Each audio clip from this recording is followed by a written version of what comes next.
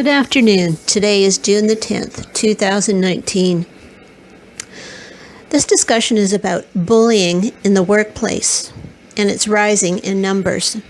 But before I begin, workplace harassment and mobbing does not necessarily lead to gang stalking, but in many victims of GS that have gone through work harassment, etc., have moved on to gang stalking. This is about recognizing the factors and how to take care of yourself in the process. These are the basics. Mobbing is bullying on steroids, a horrifying new trend whereby a bully enlists co-workers to collude in a relentless campaign of psychological terror against a hapless target. Targets are usually anyone who is different from the organizational norm. Usually victims are competent, educated, resilient, outspoken, and challenge the status quo, are more empathetic or attractive, and tend to be women aged 32 to 55. Targets also can be racially different or part of a minority group.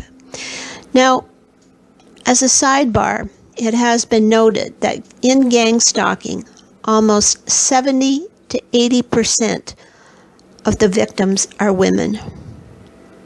And in fact, I would like to make a note on this because I'd like to do something about human trafficking. Gang stalking has the certain features that mimic human trafficking. Now, going back to the bullying, the target receives ridicule, humiliation, and eventually removal from the workplace.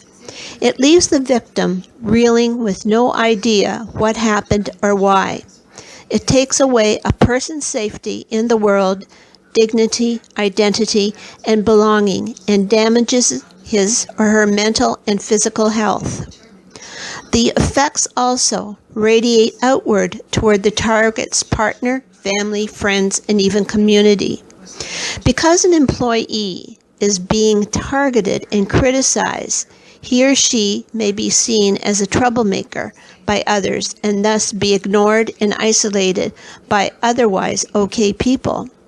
Former allies can thus turn against him or her and is left socially isolated. They think, well, he's being criticized by management. There must be something wrong with him. And basically, they don't want to be tarred by the same brush. Gossip and innuendo spread behind closed doors where the target is not even aware of what's happening. And previously loyal co-workers are enlisted to provide personal information that substantiates damaging rumors. Often the person instigating the mobbing is emotionally immature and threatened in some way by the target. People with personality disorders often employed tactics such as splitting, which pits members of a team against each other in order to exact revenge against a perceived slight or insult by a target. At least 30% of bullying is mobbing, and the tendency is rising. In Australia, a government inquiry revealed that calls about workplace bullying had increased by 70% in 3 years. Statistics show that bullying affects 1 in 3 employees. What is really worrying is that 1 in 2 have witnessed bullying but have done nothing about it. Moreover, the actual incidence of bullying is likely to be much higher for every case reported.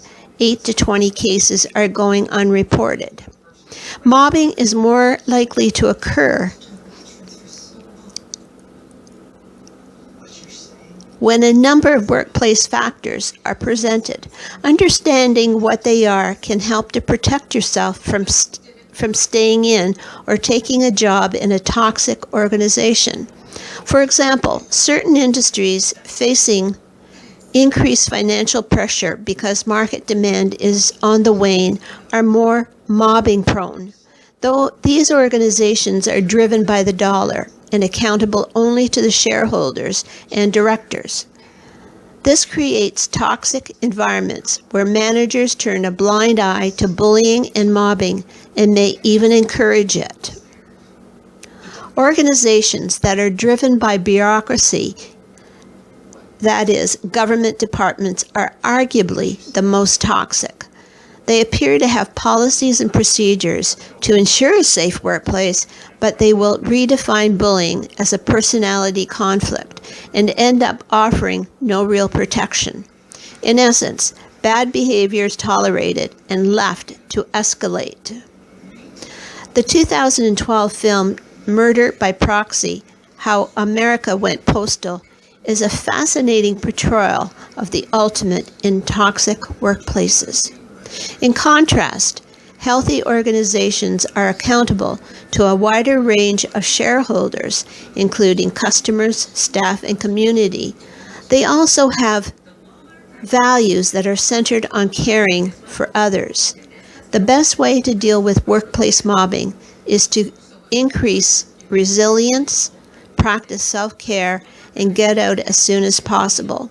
It is often impossible to win against organizations that tactically support mobbing. 5 steps that you must take to ensure recovery are: document everything in detail, from the earliest signs of something not quite right, even if it's just gut feeling. Keep a journal of all the incidents you experience. The more evidence you have, the better your recourse to legal action later.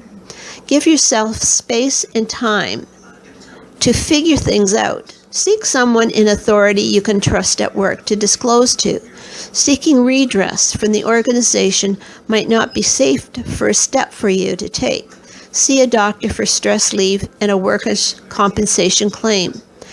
Get a good recovery team to stop the isolation. A good clinical psychologist will help you develop recovery strategies. Liaise with your doctor and lawyer. Write a psychological injury report and advocate for you. A good lawyer will help you initiate legal action. A good doctor will treat bullying, medical repercussions. Family and friends will understand, believe, and support you. Make self-care priority. Focus on what you love, engage in a daily spiritual practice, and follow a good diet and exercise plans. Engage in meaningful life activities. Set new goals, undertake creative pursuits, and focus on fun and laughter. And laughter is one of the most important things that needs to be cultivated, even under hard things that are happening to you. To all, stay safe.